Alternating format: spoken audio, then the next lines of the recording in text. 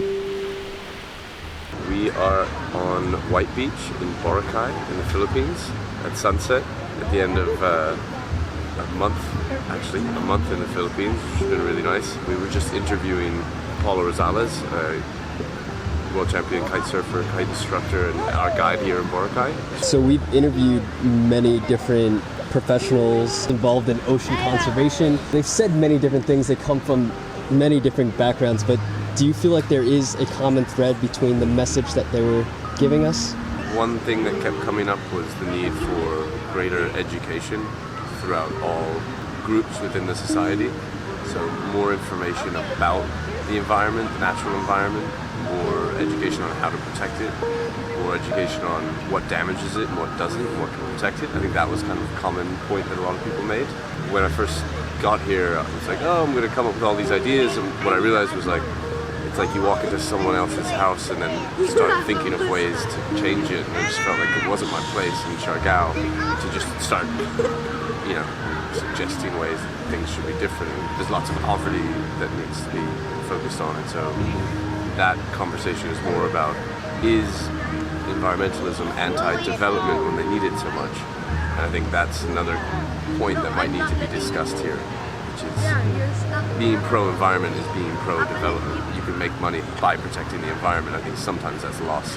Do you feel like there's a sense of optimism regarding environmental efforts here in the Philippines? I think it's becoming a priority, right? But I think a lot of people don't even want to talk about it. People are like scared to talk about the environment because of history here. People like warned me not to talk about the environment, like talking about protecting the environment would be a bad thing, which is just not the way the global society is going. What do you hope people walk away with after watching their piece? I hope they can see the beauty of the Filipino people and culture, and how welcoming and happy they are, especially their ability to share their happiness with people. They give a lot to their visitors. I think often visitors take a lot. You should definitely be wanting to give as much as you can to the Filipino people. If you give them some love, they'll give you so much more back.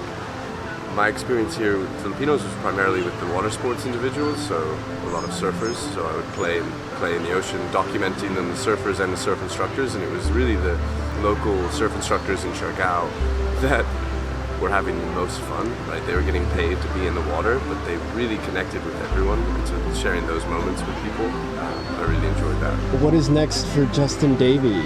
Probably gonna sleep, maybe. Probably sleep a bit, rest. Going to Bali next, so I'll be documenting some surfers in Bali for a couple weeks. Yeah.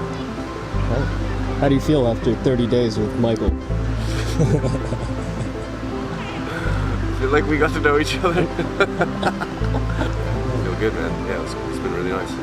Like we talked about, I think that Justin's filming style is a little more romanticized and mine is a bit more realistic. I thought that it was kind of similar to the struggle that the Filipino Ocean Sustainability movement is going through. There's this idealistic point that, of course, everyone wants to reach, but there's also this balance with realism, which is I need to get paid or I need to work through this political network to get what I want. I think the film that we're making will probably reflect this in a bit.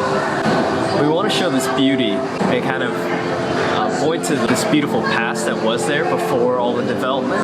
Not to reminisce too much, but to look forward at what this place could be, and then also use Boracay as a case study into how to do things and how not to do things. In terms of the piece, I thought it was really great for me to get my reps in and shoot in a few different ways that I did not before. I think in terms of technical ability, maybe I hope I got a little better at shooting. And yeah, it was great to meet the Filipino people. They were so warm and kind and welcoming. This caught me off guard at first, but it felt really good to be welcomed into so many different communities. And the Philippines is just super different than what I'm used to. Like some Western ways of interacting in an Eastern environment. Places we went to, some of them very touristy, others more secluded. Now, I wasn't used to being surrounded by so much natural physical beauty. I think I learned quite a bit, so I'm very grateful. To the people, to Justin Davey, who's like right behind the camera right now, yeah, I feel blessed. You didn't die. I didn't die. It's a plus there. Yeah. this was